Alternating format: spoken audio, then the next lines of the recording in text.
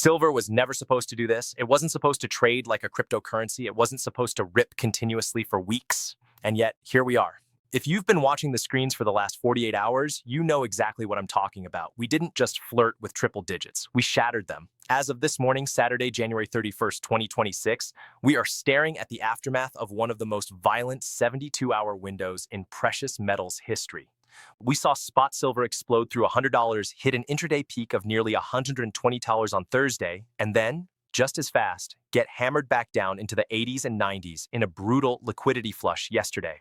Before we go any further, hit like and subscribe because I need you to listen very closely. The volatility you just saw, that wasn't the end. That was the warning shot. I'm going to walk you through why the next 24 hours as we cross into February are critical. This isn't just another month for silver. This is a structural checkpoint where the people who think this is a standard blow-off top are about to get run over by mechanics they don't even see. The headline you clicked, only 24 hours left, isn't clickbait. It's about the fact that a very specific set of structural forces has boxed policymakers, bullion banks, and large institutions into a corner. And that corner converges on the February open. What's leaking out of this market isn't a secret note from a bank. It's the sheer panic we just witnessed in the spread between the paper price and physical reality. The target for February isn't a magic number, it's a stress test. Here is what almost nobody understands about the crash we just saw from $122. You have a confirmed global silver deficit for 2025 that the Silver Institute and others pegged near 100 million ounces.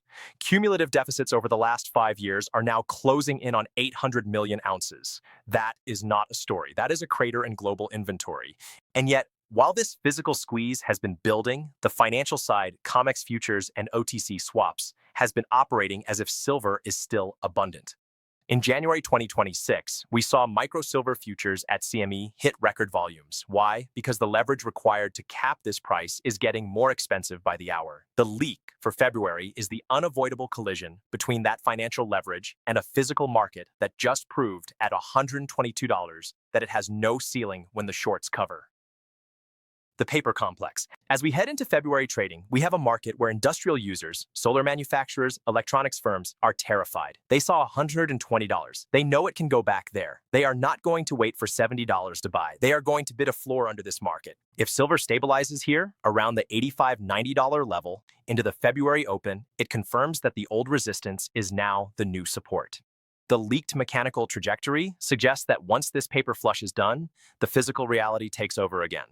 We aren't looking at a market that is topping out. We are looking at a market that is violently repricing. The deficit is real. The mine supply is inelastic. You can't just open a silver mine tomorrow because the price hit $100. And the monetary debasement continues. Do not let the Friday flush scare you out of the structural reality.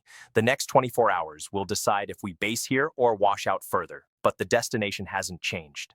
The physics of the market dictate it.